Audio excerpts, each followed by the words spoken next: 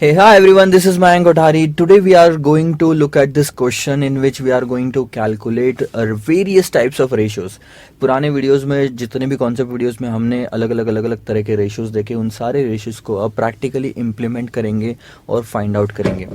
Normally ऐसे ही रहेगा कि क्वेश्चंस काफ़ी बड़े रहेंगे, आंसर्स छोटे रहेंगे ratio and ratio analysis chapter में. सो आइए देखते हैं क्वेश्चन क्या है, पढ़ते हैं, समझते हैं अच्छे से. आंसर शुरू करने के पहले, in a meeting held at Solan towards the end of 2016, एक मीटिंग हुई. सोलान एक जगह है जहां पे एक मीटिंग हुई 2016 के एंडिंग में. The directors of Messrs HPCL limited, एक कंपनी HPCL लिमिटेड जो है, HPCL का फुल फॉर्म पता क्या है? Hindustan Petroleum Corporation Limited, have taken a decision to diversify. अच्छा, जो मीटिंग हुई थी 2016 के अंत में, तो HPCL लिमिटेड की जो कंपनी है उसके डायरेक्टर्स ने एक डिसीजन लिया कि अब हमें आगे और एक्सपांशन करना चाहिए हमारे बिजनेस का. At present HPCL limited, at present जो है, अभी जो है HPCL लिमिटेड बेचती है सारे finish goods from its own warehouse. खुद के वेयर हाउस में से सारे फिनिश गुड्स बेचती है. अच्छा, फिलहाल मैं एग्जांपल के लिए बता देता हूँ, HPCL का फुल फॉर्म भले ये होगा, लेकिन एक्चुअल में जो इस क्वेश्चन में HPCL यूज किया कोई और ही कंपनी है. ठीक है. The company issued debentures on 1/1/2017 and purchased fixed assets on the same day. अगर आप नीचे में देखोगे तो आपको दो तरह के 2016 और 17 का इनकम स्टेटमेंट दिया हुआ है. ये रहा 2016 और 2017. तो क्वेश्चन ने क्या बोला, मैं फिर से एक बार वो लाइन पढ़ता हूं. The company issued debentures on 1/1/2017, ये 1/1/2017 यहां पे डिबेंचर इशू किए थे. यानी पिछले साल ये डिबेंचर नहीं थे, इस साल डिबेंचर्स है. डिबेंचर्स है तो उस पर इंटरेस्ट भी इसी साल होगा, पिछले साल नहीं होगा. And purchased fixed assets on the same day, उसी दिन फिक्स्ड असेट्स खरीदे. The purchase prices have remained stable during the concern period. ध्यान रखना, ये वो वाली लाइन में अपन याद वापस आएंगे इस लाइन पे कि परचेज प्राइसेस जो है वो स्टेबल रही है कंसर्न पीरियड में.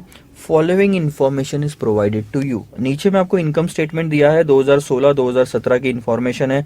सबसे पहले अगर आप देखेंगे तो कैश में कितना सेल किया दोनों साल, 32,000. क्रेडिट में सेल कितना किया, टोटल मिला के जो 2016 का सेल है वो है 3 लाख और 2017 का जो सेल है वो है 3,74,000. उसमें से cost of goods sold minus कर दिया तो आपका ग्रॉस प्रॉफिट आ गया. ग्रॉस प्रॉफिट में से आप ऑपरेटिंग खर्चे माइनस करोगे तो ऑपरेटिंग प्रॉफिट आएगा.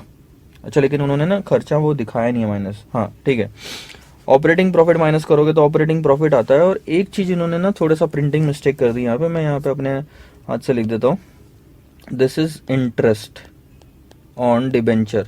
सो ये जो 2000 का है, 2000 रुपए है, ये इंटरेस्ट है डिबेंचर्स में.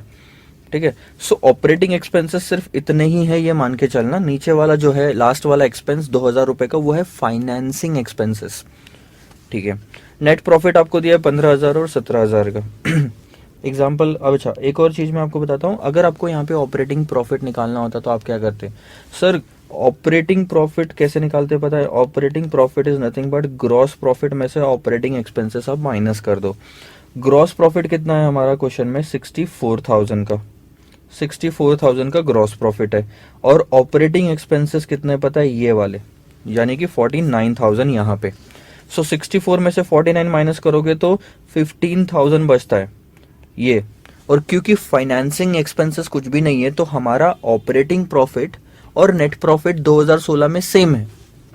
लेकिन 2017 में ऐसा नहीं है. 2017 में ऑपरेटिंग एक्सपेंसेस कितने हैं मैं आपको बताता हूं. 2017 में ऑपरेटिंग एक्सपेंसेस है आपके 57,000 के और फाइनेंसिंग एक्सपेंसेस है 2,000 के. ऐसे मिला के टोटल एक्सपेंसेस 59,000 के जो क्वेश्चन में दिया हुआ है आपको. और अगर अब आपको ऑपरेटिंग एक्सपेंसेस ऑपरेटिंग प्रॉफिट निकालना है तो आप क्या करोगे पता है? ग्रॉस प्रॉफिट है 76,000 का, उसमें से ऑपरेटिंग एक्सपेंसेस 57,000 के माइनस कर दोगे. 76,000 माइनस 57,000 का आप माइनस कर दो तो आ गया 19,000. So this is 19K. 19,000 is the operating profit. उसमें से 2,000 माइनस किया तो 17,000 इज द नेट प्रॉफिट.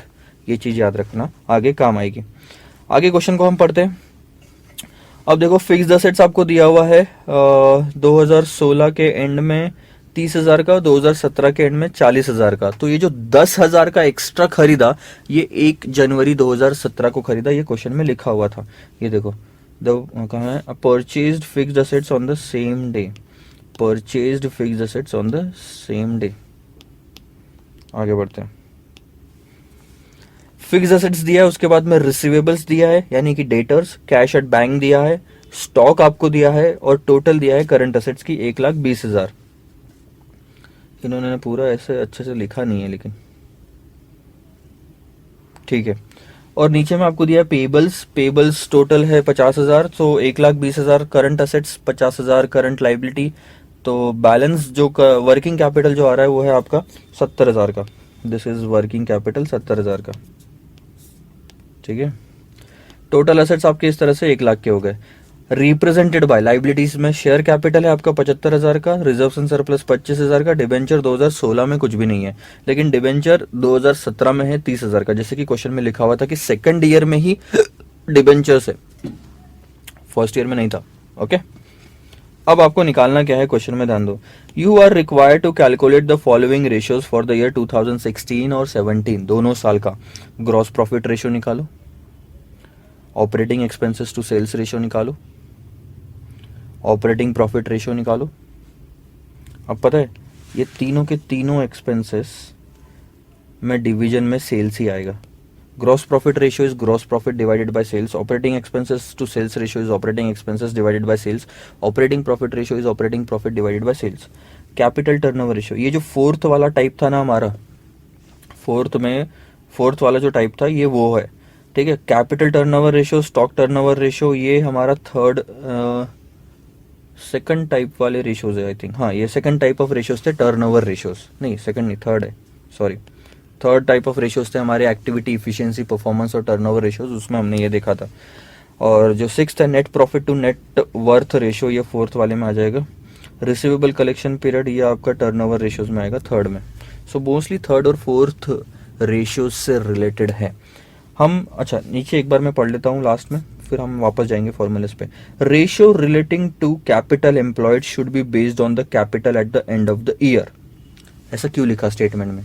क्योंकि हम जब फॉर्मूला देखे तो हमने बोला था कि एवरेज कैपिटल भी आप ले सकते हो। तो क्वेश्चन ये बोलता है कि कैपिटल से रिलेटेड जो रेशियोज है ना, कैपिटल एम्प्लॉयड, इसमें आप एवरेज मत लो, एंड ऑफ द ईयर का कैपिटल ले लो, ठीक है। Give the reasons for change in the ratios of 2 years. 2016 से 2017 के रेशियोज को कंपेयर करो, जो आपने ये 5-7 रेशियोज कैलकुलेट किए, और फिर पता लगाओ कि इसका रीजन क्या है, कि अगर कोई रेशियो, ग्रॉस प्रॉफिट रेशियो बढ़ा है तो क्यों बढ़ा, गिरा है तो क्यों बढ़ा, गिरा है तो क्यों गिरा। अज्यूम करो opening stock of ₹40,000 for the year 2017। Opening stock 2017 का 40,000 नहीं देना चाहिए आई थिंक, क्योंकि ओपनिंग स्टॉक 2017 का will be closing stock of 2016। सो 2017 का ओपनिंग स्टॉक 60,000 होगा। इन्होंने गलत लिखा है, मैं ये वाला पार्ट कैंसिल करके यहाँ पे 2016 लिख देता हूँ, क्योंकि जिस साल का ओपनिंग स्टॉक नहीं होगा वो है 2016। 2016 देखो, 2017 दिया तो 2017 का क्लोजिंग तो आपको दिया है, और 2017 का ओपनिंग यानी कि 2016 का क्लोजिंग, जो कि यहाँ पे दिया है हमको ऑलरेडी 60,000, तो अलग से और 40,000 देने की क्या ज़रूरत है। तो वो प्रिंटिंग मिस्टेक है, 2017 नहीं, वो 2016 होना चाहिए। चलो, तो मैं आपको सारे रेशियोज पहले एक बार रिवाइज करा देता हूँ, ठीक है। क्या है, पीछे जाके हमारे जहाँ पे हमने फॉर्मूलाज लिखे थे, पहले ग्रॉस प्रॉफिट रेशियो और operating expenses to sales ratio, ये रहा। एक ये फॉर्मूला आपको याद है, gross profit ratio is nothing but gross profit divided by sales. Operating profit ratio is nothing but operating profit divided by sales. Operating expenses का ratios देखो, ये रहा ऑपरेटिंग एक्सपेंसेस जो भी होंगे आपके, ये जो भी है operating expenses divided by sales, तो ये 3 हो गए, ठीक है।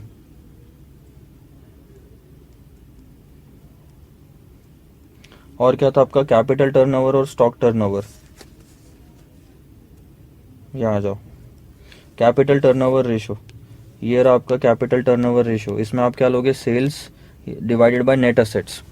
नेट असेट्स क्या होता है, नेट असेट्स यानी कि equity share, reserves and surplus, debentures, ये जो भी कैपिटल एम्प्लॉयड है, या तो आप कॉस्ट ऑफ गुड्स सोल्ड भी ले सकते हो।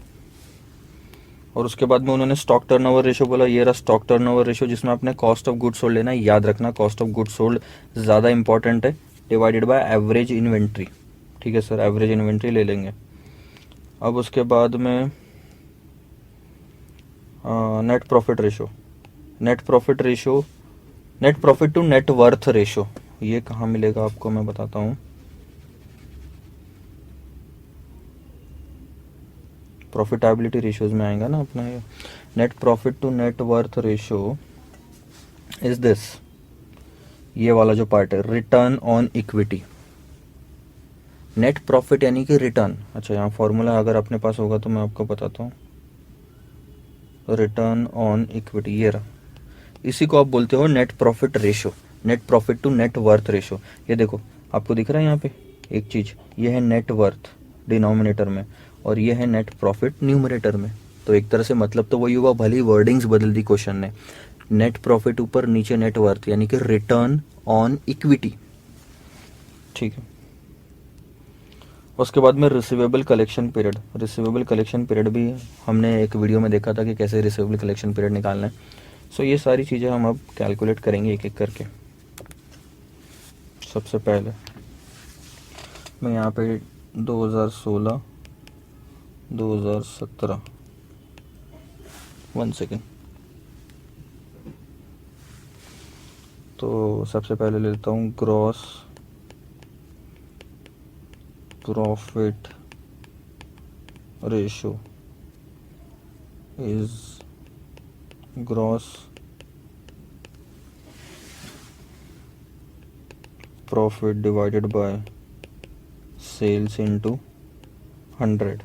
2016 का ग्रॉस प्रॉफिट देखो कितना है हमारे क्वेश्चन में, 64,000 और सेल्स है 3 लाख। 76,000 और सेल्स है 3,74,000। 64,300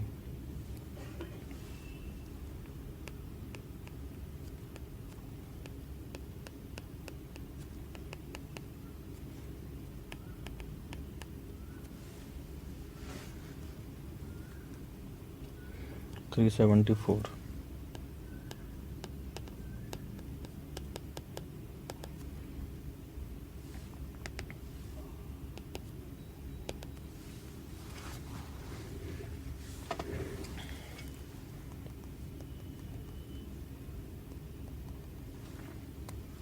%21.33।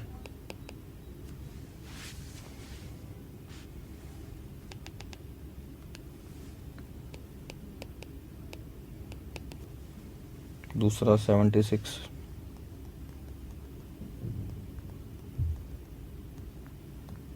20.32%। तो ये पहला चीज़ हो गया आपका ग्रॉस प्रॉफिट रेशो। सेकंड है आपका operating expenses to sales ratio.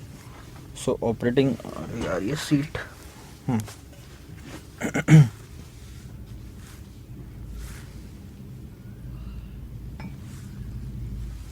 Operating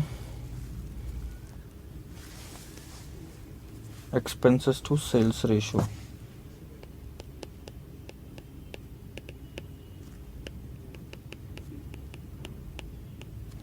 formula बहुत ही simple,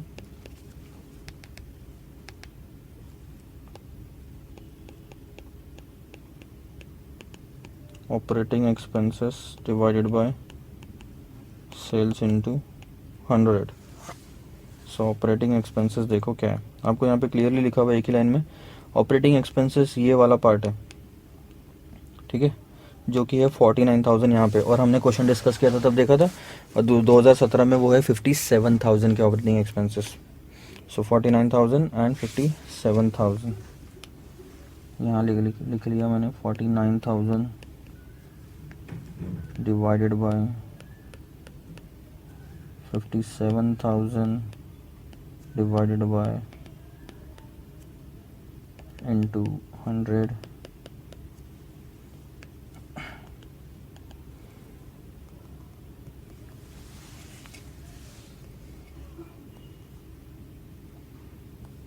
%16.33।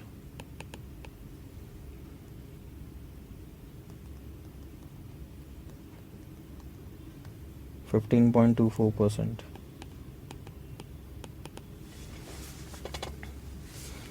Third, operating profit ratio.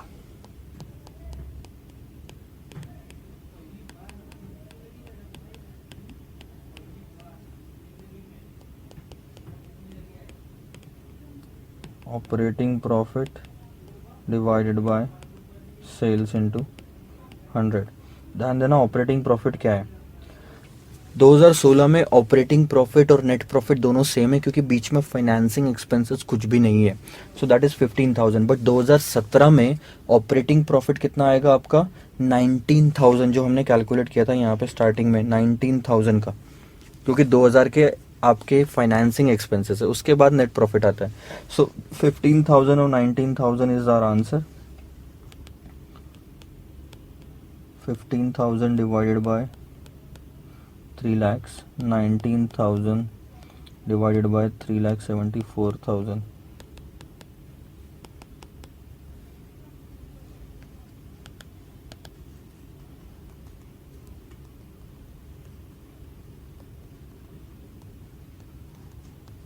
%5, 19,000 divided by 374, 5.08%. ठीक है. सबके रीजन अपन निकालेंगे आखिर में कि कोई रेशियो अगर बढ़ रहा है तो क्यों बढ़ रहा है और कम हो रहा है तो क्यों कम हो रहा है. फोर्थ आइटम जो हमको निकालना है वो है capital turnover ratio. Capital turnover ratio formula is very simple. Turnover यानी कि सेल्स आपका जो भी होगा divided by capital employed. Sales 3 lakh, यहाँ 3,74,000. अब कैपिटल एम्प्लॉयड के कहाँ से निकालोगे, बैलेंस शीट से निकालोगे. कैपिटल कहाँ पे इन्वेस्ट करते हैं, बैलेंस शीट में होगी. बैलेंस शीट में आप अगर देखोगे तो पूरा कैपिटल एम्प्लॉयड, ये सिर्फ इक्विटी की बात नहीं कर रहा, नेटवर्थ की बात नहीं कर रहा, या ओनर्स के फंड की बात नहीं कर रहा. पूरा कैपिटल कितना भी कंपनी में डाला होगा वो, तो वो कितना है यहाँ पे है सर 1 लाख का, और यहाँ है 1,47,000 का. ठीक है, 1 lakh and 1,47,000.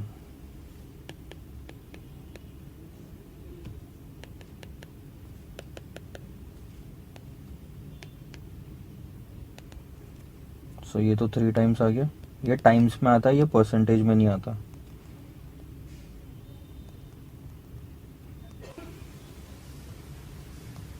$2.54.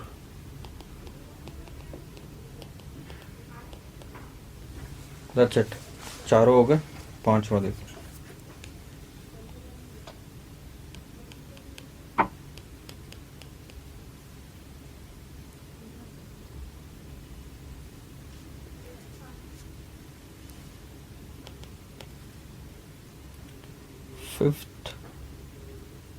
Fifth is the stock turnover ratio.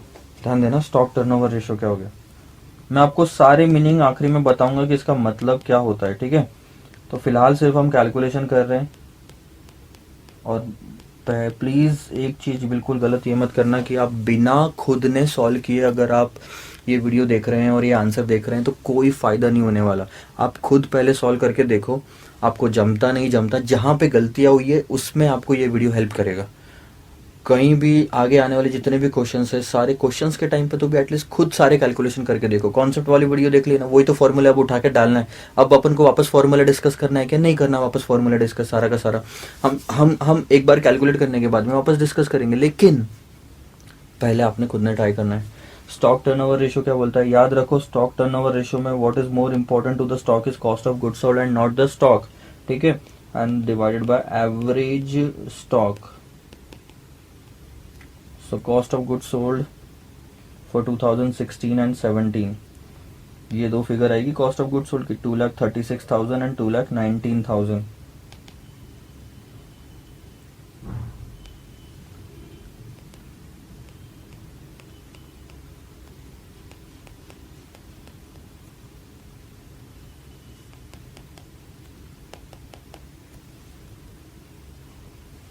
Sorry 2,36,000 and 2,98,000 है।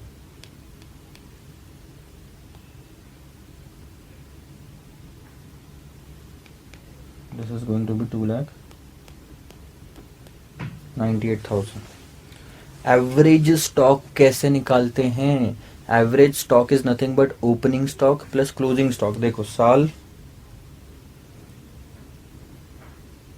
यहाँ पे तो जगह बची नहीं है ज़्यादा, मैं आगे ले देता हूँ। ये मान लो 2016 है और ये मान लो 2017 है, ठीक है। अब 2016 का एवरेज निकालना है तो ओपनिंग ले लो, यहाँ की क्लोजिंग ले लो, और 2017 का निकालना है तो यहाँ की ओपनिंग ले लो, यहाँ की क्लोजिंग ले लो। अब क्वेश्चन में क्लियरली लिखा है कि ओपनिंग स्टॉक 2016 का 40,000 है, क्लोजिंग स्टॉक 60,000 है, ठीक है। वही क्लोजिंग ओपनिंग स्टॉक बन जाएगा 2017 का, और 94,000 है 2017 का क्लोजिंग। अब अगर 2016 का एवरेज निकालना है तो this divided by this, 40 plus 60 divided by 2, opening plus closing divided by 2। Average कैसे निकालोगे? अगर 3 आइटम है तो डिवाइडेड बाय 3, 4 आइटम है तो डिवाइडेड बाय 4, 2 ही आइटम है तो डिवाइडेड बाय 2। सो ये अपना आंसर आ गया 50,000 का, ठीक है। और अगर ये 2 है, 2017 का कैसे निकालोगे? 60 plus 94 divided by 2। So 60,000 plus 94,000 divided by 2 is 77,000, ठीक है। ये चीज़ समझ में आ रही है? हमको ये चीज़ वहाँ पे प्रेजेंट करनी पड़ेगी। तो यहाँ कैसे लिखूँगा मैं? 40,000 plus 60,000 divided by 2, 60,000 plus 94,000 divided by 2। So answer कितना आएगा? 236 डिवाइडेड बाय 50,000, यानी कि 4.72 times we are converting our stock into turnover या कॉस्ट ऑफ गुड्स सोल्ड, ठीक है। And 2,98,000 divided by 77,000 is 3.87 times.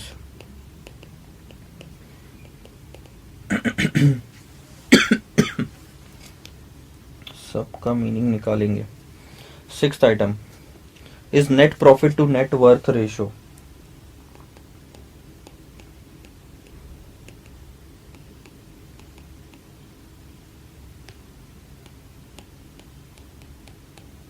कैसे निकालते हैं? नेट प्रॉफिट ले लेंगे ऊपर में। नेट प्रॉफिट अब यह सारा, मतलब सारी एक्सपेंसेस माइनस करने के बाद, और नेट वर्थ डिनोमिनेटर में आ जाएगा।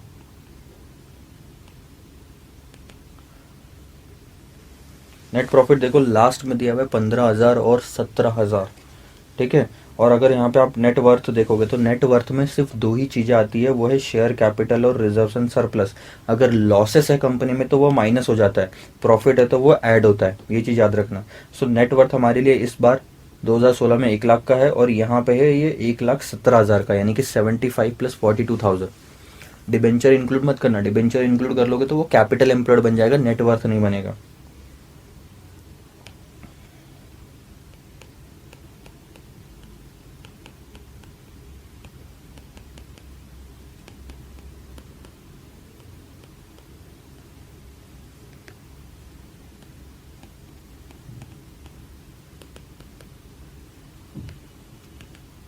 This is 15% and this is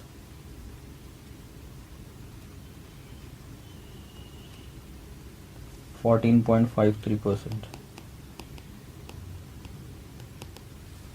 Last but not the least, receivable collection period या debtor collection period बोलो।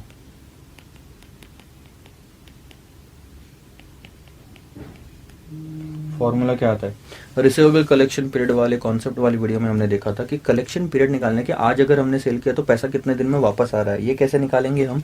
कि डेटर्स में कितना बैलेंस है, ठीक है। So debtors divided by daily credit sale पे ध्यान देना, डेली सेल्स मत ले लेना गलती से भी, क्योंकि कैश सेल्स का डेटर से कोई लेना देना नहीं है सर। डेटर्स हमारे कितने हैं? रिसीवेबल्स यानी कि अगर आप देखोगे तो रिसीवेबल्स है हमारे यहाँ पे 50,000 के और वो है 82,000 के।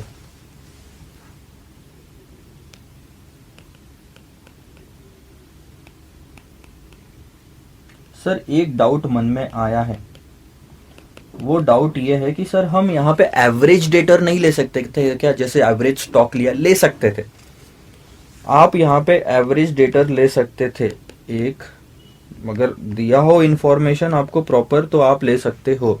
लेकिन प्रॉब्लम क्या है पता है, 50 और 82, आपको यहाँ का बैलेंस दिया है 50,000 और यहाँ का बैलेंस दिया है 82,000। आपको जो नहीं दिया है वो है opening stock of opening debtors of 2016। तो एवरेज लेना 2016 के लिए पॉसिबल नहीं है। इसके लिए एवरेज पॉसिबल नहीं, इसलिए दोनों का बेसिस सेम रख के हम 2017 का भी एवरेज नहीं ले रहे। लेना है तो दोनों के लिए, नहीं तो किसी के लिए नहीं, ताकि बेसिस सेम रहे कंपैरिजन का। एक को एवरेज के बेसिस पे निकाला, एक को एवरेज के बेसिस पे नहीं निकाला, तो वो गलत पिक्चर प्रेजेंट करेगा। तो इसीलिए हम एवरेज नहीं निकाल रहे। अगर रहता तो मैं जरूर एवरेज निकालता, सबसे पहले एवरेज लेता। ठीक है, अब बात आती है डेली क्रेडिट सेल की। डेली क्रेडिट सेल कैसे निकाल लेंगे?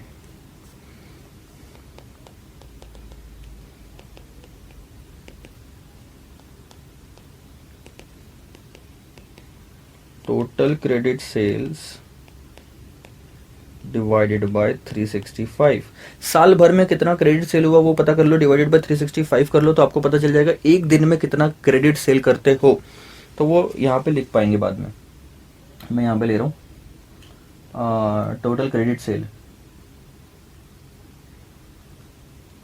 टोटल क्रेडिट सेल उठाना है, सिर्फ क्रेडिट सेल 2,70,000 और 3,42,000। ठीक है, 2,70,000 डिवाइडेड बाय 365, 3,42,000 डिवाइडेड बाय 365। एक बार चेक कर लेता हूँ।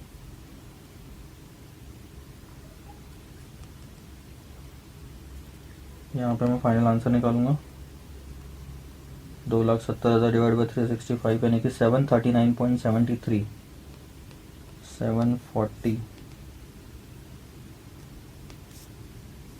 739.73 रुपीज़ का हर दिन का हमारा सेल है। एक दिन में 740 रुपये तकरीबन हम बेचते हैं। 342 डिवाइडेड बाई 365 इज 936.99 936.99। आप चाहो तो 740 और 937 दोनों राउंड ऑफ करके ले सकते हो। मैं यही चीज़ ऊपर रख लेता हूँ। डेली क्रेडिट सेल 739.73 एंड 936.99, तो हमारा फाइनल आंसर आ जाएगा डेज में। देखो मेरा एक दिन का सेल है 739 या 740 रुपीज़ और टोटल मेरा डेटर्स में 50,000 का बैलेंस है। तो इसका मतलब यहाँ से मेरे को पता चल जाएगा कि कितने दिन का सेल्स इंक्लूडेड है मेरे, कितने दिन का सेल्स इंक्लूडेड है डेटर्स में। 67.59 डेज, मैं उसको ले लेता हूँ 68 डेज, या फिर आपको अगर वैसे लिखना है तो 67.59 डेज ले लो। ठीक है, दूसरा 82,000 divided by 936.99, this is 87.51 days and this is your final answer. खत्म, पूरा क्वेश्चन खत्म। लेकिन एक चीज आपकी बाकी है अभी भी, एक चीज अभी भी आपकी बाकी है, वो है इन सबको इंटरप्रीट करना। यहाँ पे कहानी खत्म नहीं होती। सर फॉर्मूला निकाल लिया, आंसर आ गया, लेकिन अब हमको इंटरप्रीट करना आना चाहिए। अगर आपने कॉन्सेप्चुअली, क्वेश्चन ने बहुत अच्छा खेला है, अगर आपको एग्जाम में क्वेश्चन आ गया ना तो यहाँ पे मार्क्स कटने के चांसेस है। क्यों बताऊँ? अगर सिर्फ आपने रट के गए हो, फॉर्मूलेस समझा बिल्कुल नहीं है लेकिन रट के गए हो, तो क्या होगा पता है? आप यहाँ तक तो आंसर निकालोगे जहां तक अपन ने अभी तक सॉल्व किया है, लेकिन इसके आगे का आप कुछ लिख नहीं पाओगे, क्योंकि आपको समझता ही नहीं है कि ये क्या होता क्या है, कौन सी चीज अच्छी है, कौन सी चीज बुरी है, कौन सी चीज ज्यादा होना अच्छी बात है, कौन सी चीज कम होना अच्छी बात है।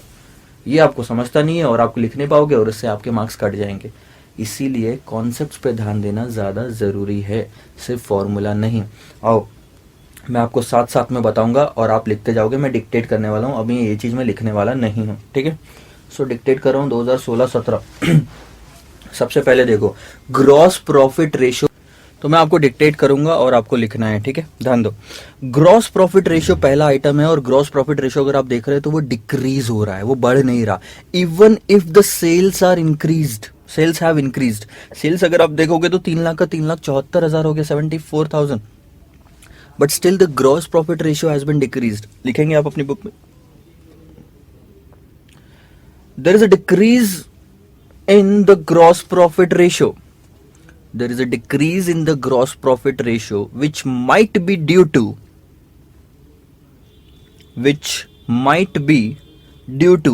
the lower selling price, which might be due to the lower selling price. अब मैं आपको ये समझाता हूँ किस्सा, ठीक है, ध्यान दो। 2016 2017, ठीक है, लेट्स टेक एन एग्जांपल। जो मैं क्वांटिटी बेच रहा हूँ वो है 100। किसकी सर? ये पेंसिल की, एप्पल की पेंसिल इज 100 क्वांटिटी में मैं बेच रहा हूँ, और वो मैं बेच रहा हूँ 7,000 रुपये में। तो मेरा उस साल का सेल्स कितना हो गया? 7 लाख। अब मैंने मान लो 120 क्वांटिटी बेचा 2017 में, लेकिन प्राइस मैंने क्या की? डिक्रीज कर दी। और अगर आप इसका मल्टीप्लीकेशन करोगे तो दैट विल बी 7,80,000 रुपीज। अगर आप देख रहे हो तो सेल्स बढ़ रहा है, 7 लाख से 7,80,000 हो गए। लेकिन ध्यान देने वाली चीज यहाँ पे ये है कि जो कॉस्ट ऑफ गुड्स सोल्ड है, इसकी कॉस्टिंग तो मेरे को सेम ही पड़ी होगी ना जब मैं आया होगा। तो और यहाँ पे क्वेश्चन क्लियरली आपको बता रहा है कि कॉस्टिंग आपकी सेम है।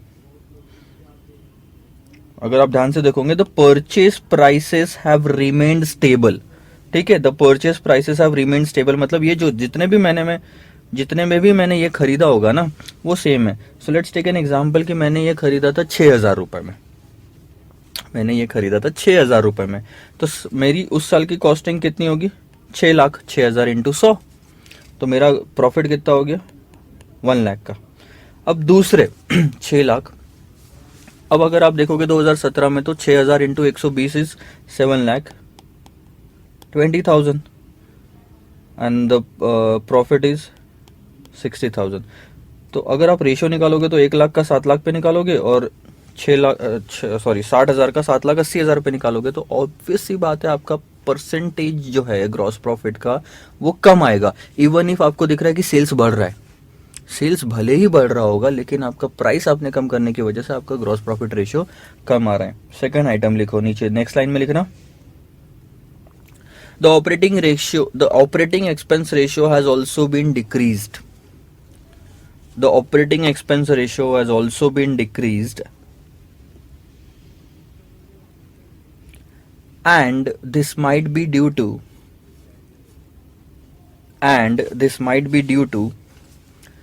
the fixed cost being same in both the years,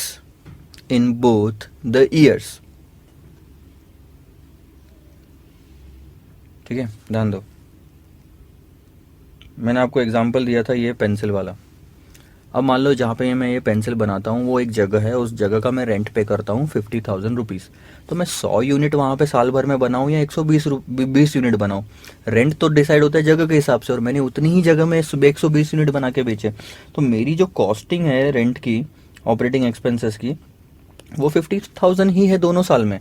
अब अगर मैं रेशियो निकालने जाऊँ ऑपरेटिंग एक्सपेंसेस का, तो ये 50,000 का 7 लाख पे रेशियो निकलेगा, और ये 50,000 का 7,80,000 पे रेशियो निकलेगा।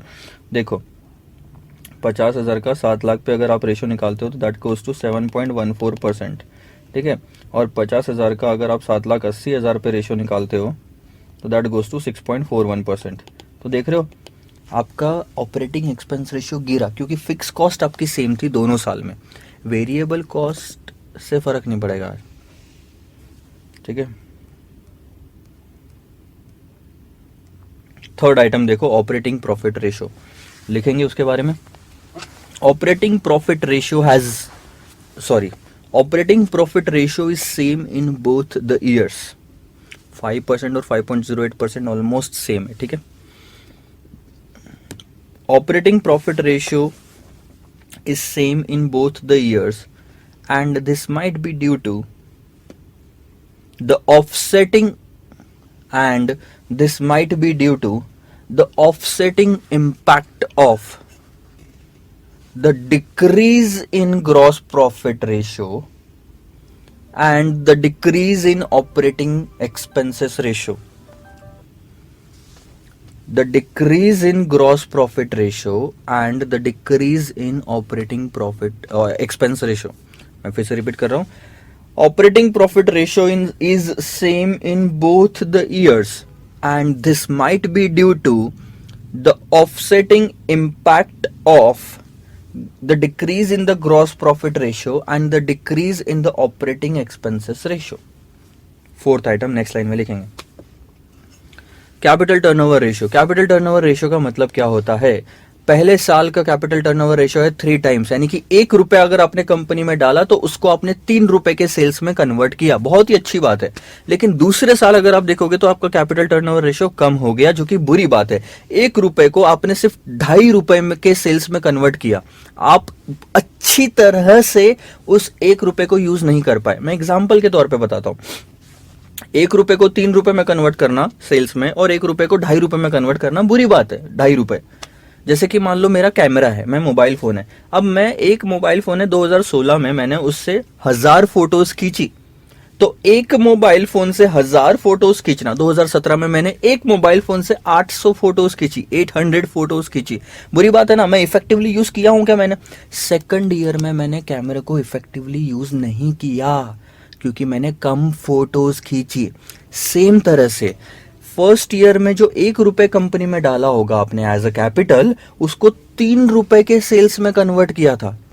लेकिन दूसरे साल में आपने कैपिटल और बढ़ाया है. अगर आप ध्यान दोगे तो मैंने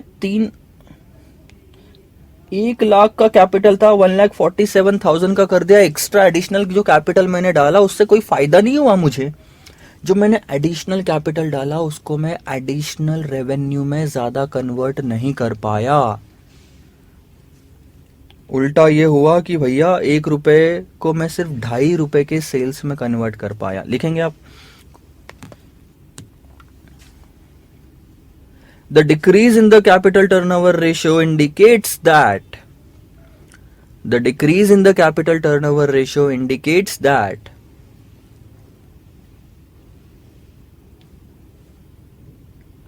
there is an underutilization of the capital employed. There is an underutilization of the capital employed in the company.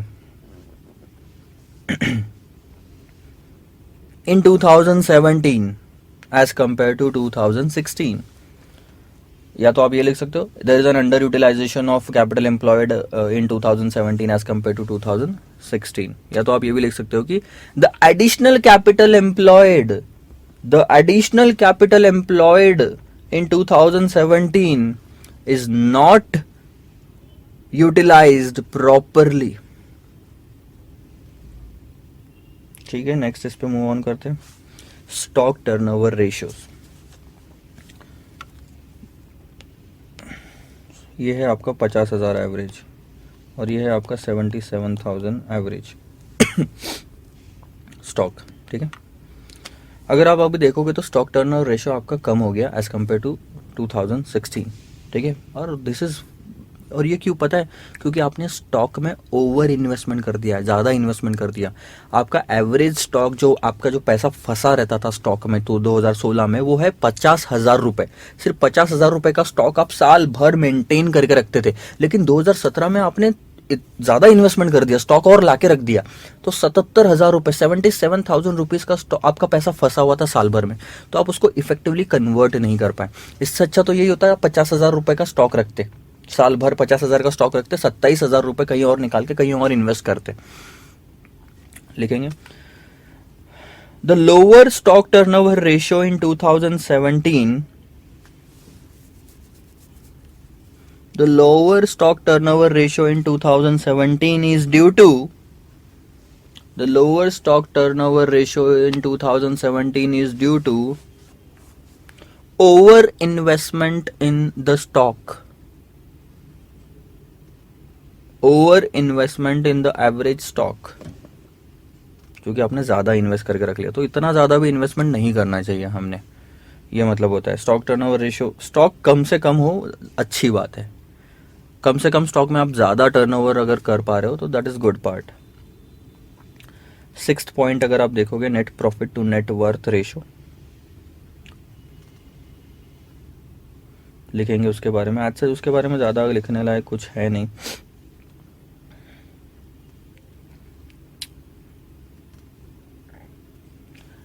Net profit to net worth ratio लिखेंगे, net profit to net worth ratio has slightly decreased, has slightly decreased, net profit to net worth ratio has slightly decreased,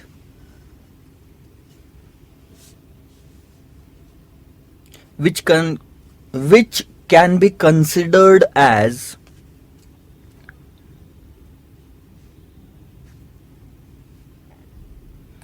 normal situation in the business.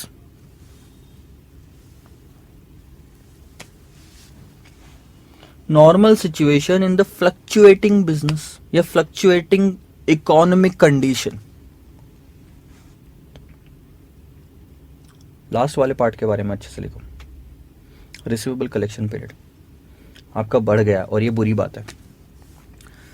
पहले आप आज अगर cell करते थे तो उस debtor से पैसा कलेक्ट करने में 67.59 डेज लगाते थे, यानी कि तकरीबन 68 डेज में उस डेटर से पैसा आ जाता था, और आज आपको 87.51 डेज लगते हैं उससे पैसा लेने में। यानी आपने अननेसेसरी उसके पास में इतना क्रेडिट दे दिया, उसके पास पैसा पड़ा है तो आप यूटिलाइज नहीं कर पा रहे हो। लिखो, the increase in the receivable collection period, the increase in the receivable collection period is due to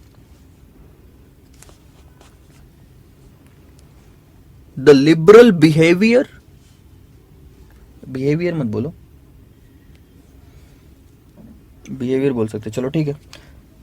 The increase in the receivable collection period is due to liberal behavior by the company towards the debtors.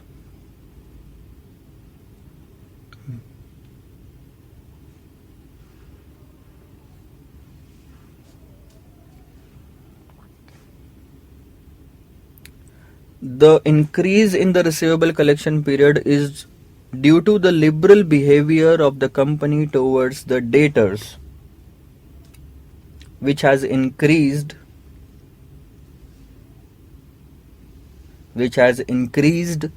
the investment blocked in debtors, which has increased the investment blocked in debtors. A proper action should be taken. A proper action should be taken by the company to improve and reduce. A proper action should be taken by the company to improve and reduce the receivable collection period. So this is it. This is what entirely is the impact of every turnover ratio, profit ratio और collection period. Note down कर लो, बहुत सारी चीज़ें हो गई है इसी question में। आपका पहला तो स्लाइड ये था, सेकंड स्लाइड ये है जिसमें आपको सिर्फ क्वेश्चन ही समझाया। थर्ड स्लाइड में आपका मेन आंसर है और फोर्थ स्लाइड में मेन आंसर है आपका, बस ये दो मेन आंसर है। इसके बाद में तो ये सब रफ वर्किंग है, तो इसका आपको कुछ काम ज़्यादा है नहीं। मेन आपके ये दो आंसर्स हैं। सो ये सब नोट डाउन कर लो, उसके बाद में नेक्स्ट वीडियो में मूव ऑन करते हैं with the next question. Bye bye.